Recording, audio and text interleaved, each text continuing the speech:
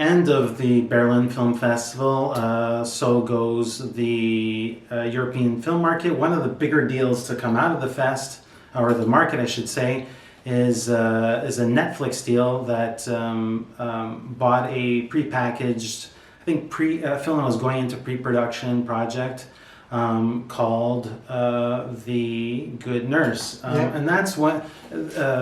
the filmmaker is actually one of my favorites, but he sort of like lost his way.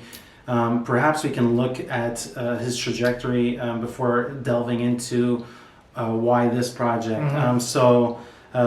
Tobias Lindholm gave us gave us A War and a Hijacking, relatively short span. So what are your thoughts about some of his films and perhaps where he went afterwards? Well, he's a filmmaker that's always been very interested in like morals, Yes. People's morality and what they do when faced with particular situations. And he's also been a long-time collaborator with Thomas Vinterberg.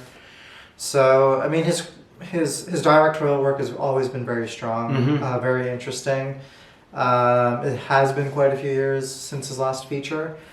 But it seems like the stars have aligned here. He has Jessica Chastain, he has Eddie Redmayne, he has Netflix in his pocket, so it looks like he's got a lot of momentum for what could be a very big breakout film for him. So he was, as you were saying, Vinterberg, he actually went behind the scenes and helped write The Commune and Druk, which is the word for drunk, I think, and which we both think is probably going to play out at the Cannes Film Festival this year.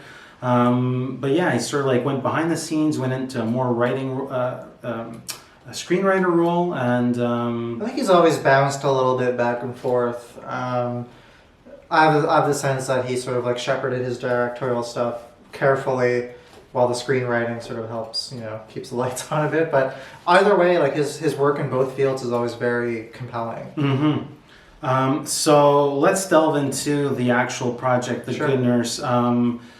The lead character is Charlie Cullen, a nurse, and he happens to be one of the more prolific serial killers in history. So let's talk about the complexity behind this character. He's also referenced as the Angel of Death. So what should we expect from Eddie on the big screen with a dual character like this? I mean, it's a serial killer role.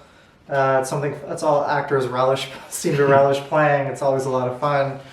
But I think Lindholm, knowing his past work, it's going to be something different. It's not going to be your typical kind of, Zodiac, or actually Zodiac's not a typical serial killer film, but you know what I mean, like your typical kind of serial killer flick. I think it's, again, going to speak to more morality, the choices we make between life and death, who gets to make those choices.